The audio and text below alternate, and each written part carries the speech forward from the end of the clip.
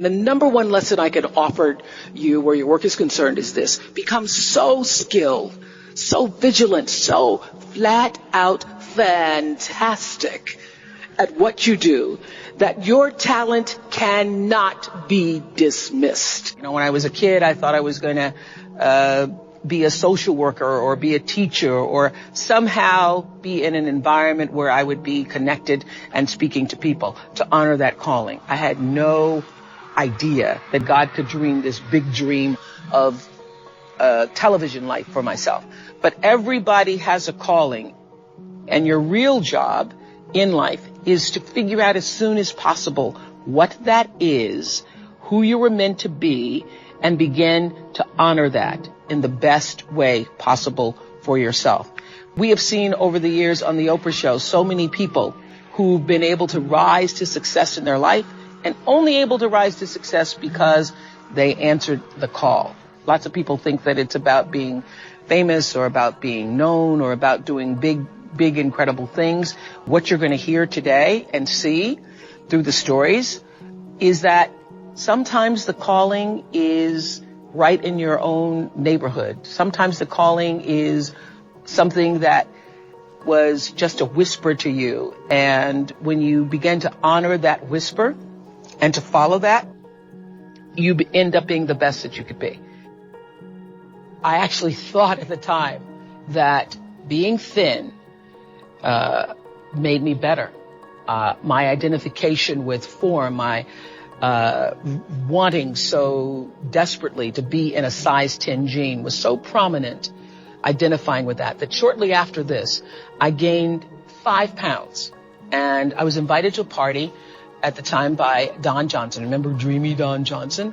I was invited to a holiday party, and I did not go to that party because I thought the 5 pounds made me too fat, not good enough to be at Don Johnson's party. Sounds kind of sick, now I know.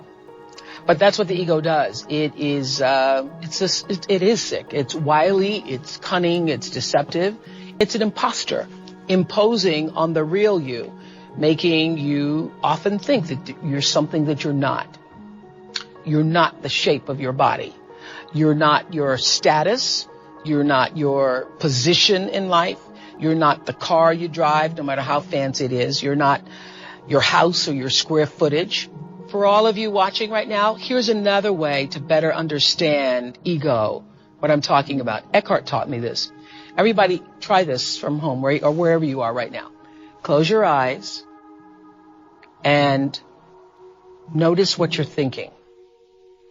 Notice your thoughts. Now, who is thinking those thoughts? Can you notice that there is a space where you are observing the thoughts and where you are aware of the thoughts that you are observing? Eckhart says you are that awareness, disguised as a person.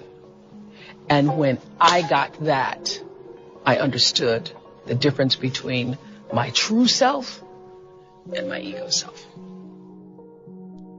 Over the years, we've heard invaluable information that in a moment of danger could be life-saving. Nothing I heard made a greater impression on me than back in 1991. I think we were beginning our 5th season, and a man named Sanford Strong came on and shared this. Never forgot it. Rule number 1, and frankly, it's probably, in my opinion, the most important. Never allow them to take you somewhere else. Never. If everyone in this room and everyone watching this program has never drawn the line and made a decision on crime protection, you better make it when they decide to move you from crime scene number 1 to crime scene number 2. Because at crime scene number 2, it's going to be isolated. You won't choose it. You'll be the focus of the crime. I think what was so interesting about that piece of advice is at the time that we all heard that, we had been trained as women people especially to believe that you just do whatever they say. Whatever they say, go along with it. And what's important for those of you who are watching right now and those of you who are on the internet with us right now to know is that it's all about using your gut in the moment. And people who've survived horrific circumstances, talk about listening to that intuition and every move being made calculated on listening to what your gut says. What the experts now say is do not allow yourself to be taken to the second location, because anybody who is trying to harm you wants to get you to an isolated place where they can do that without other people seeing or knowing it. So in that moment of making the decision, oh, you're going to shoot me. If you're going to shoot me, you have to shoot me now rather than shoot me in isolation where nobody can see you. Whenever somebody has said something that made the little hairs on my arms or neck stand up, I know that if that's happening to me, that's also happening to somebody else too. The way to make movies is to do stuff that you love, because, for 25 years I worked on the Oprah show, and Stedman will tell you that there were nights that I came home and I almost, it was hard to even take off my clothes because I knew I was going to be getting up 4 hours later. But I never really felt exhausted, I felt exhausted, but I never felt depleted. So do the work that comes straight from the soul of you, from your background, from stories that you've grown up with, from stories that bring you passion, from stories that you not just yearn to tell, but that if you don't tell them, they won't get told.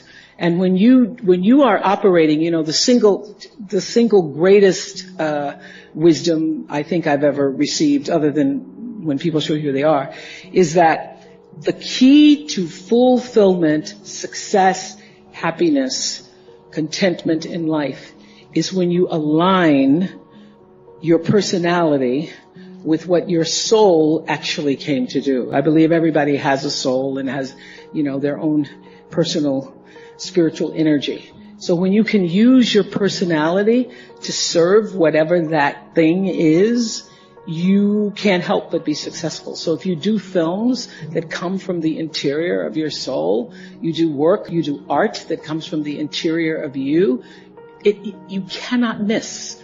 It's only when you're doing stuff that you think might make money, you think it may be a hit, or you think it may bring you some level of attention or success. That isn't what does it. I would have to say that all of the great, wonderful experiences of my life that have brought me to this moment have come from working from the interior of myself. And so that's why it feels so authentic, because it actually is. So when you do that, you'll win. And everybody has a different talent. And the reason we're all so messed up is because you're looking at everybody else's talent and wishing you had some of their talent. All the energy that you spend thinking about, wishing about, being jealous of, envious of anybody else is energy that you're not only putting out, it's going to come back to you negatively, but you're taking that away from you. All your energy should be forced on, what do I have to offer? What do I have to give? How can I be used in service? Because Dr. King's message of not everybody can be famous, but everybody can be great, because greatness is determined by service. And there is not a job in here that you can do that you don't switch the paradigm to service and not make that job more fulfilling. I don't care what the job is. If you say, I'm a singer, I'm a dancer, I'm an artist, I'm a teacher, I'm a nurse, I'm a doctor, I'm a janitor, I'm a clerk, if you say, if I look at this from how do I use this in service to something bigger than myself?